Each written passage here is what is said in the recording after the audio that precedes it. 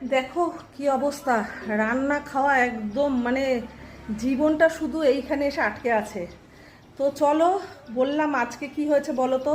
1 ঘন্টায় 10টা রেসিপি হয়ে যায়, আর যেটা রান্না করেছি 10 ঘন্টায় একটা রেসিপি হয় না। সেটা কি? চলো, তোমরা কিন্তু এটা মাথায় রেখো, কমেন্ট করে উত্তর দিও।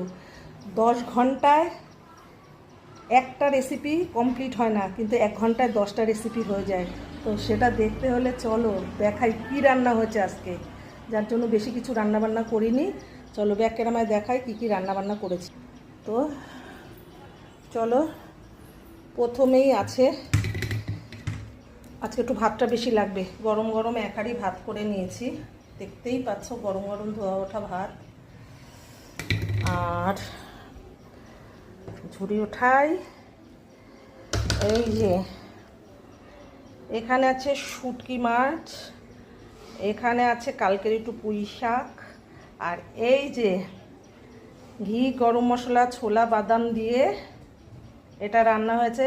এটা কিন্তু তোমরা কমেন্ট করে বলো এটা কি, আমি কিন্তু বললাম না যেটা 10 ঘন্টা লেগেছে আমার রান্না করতে। এটা কমেন্টে রইলো, তোমরা বলবে।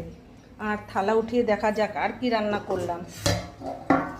এই যে বড় চিংড়ি, এগুলো কি গলদা চিংড়ি, গলদা চিংড়ি মগজ পোস্ত সর্ষে দিয়ে কাঁচা লঙ্কা দিয়ে কাঁচা সর্ষের তেল দিয়ে এটা ভাপা করেছি। টক দই আছে। আর এখানে আছে তেলাপিয়া, জ্যান্ত তেলাপিয়া মাছ দিয়ে মশলা নানা রকম দিয়ে গোটা গোটা টমেটো, মানে হাফ হাফ করে টমেটো দিয়ে তেল ঝাল করেছি তেলাপিয়া মাছের। তো এই ছিল আজকে রান্না বান্না। আজকের মেনুগুলো তোমাদের কেমন লাগলো কমেন্ট করে কিন্তু জানিও। এই যে টুকটুক করে রান্না করে নিয়েছি এত কিছু। তো ভালো লাগলে কমেন্ট করে, এটা কিন্তু কমেন্ট করে বলো এটা কি রান্না করেছি, ছোলা বাদাম দিয়ে ঘি গরম মশলা দিয়ে। তো চলো বন্ধুরা, এতটুকু ছিল, দাদাভাইকে এখন খেতে দেওয়া যাক।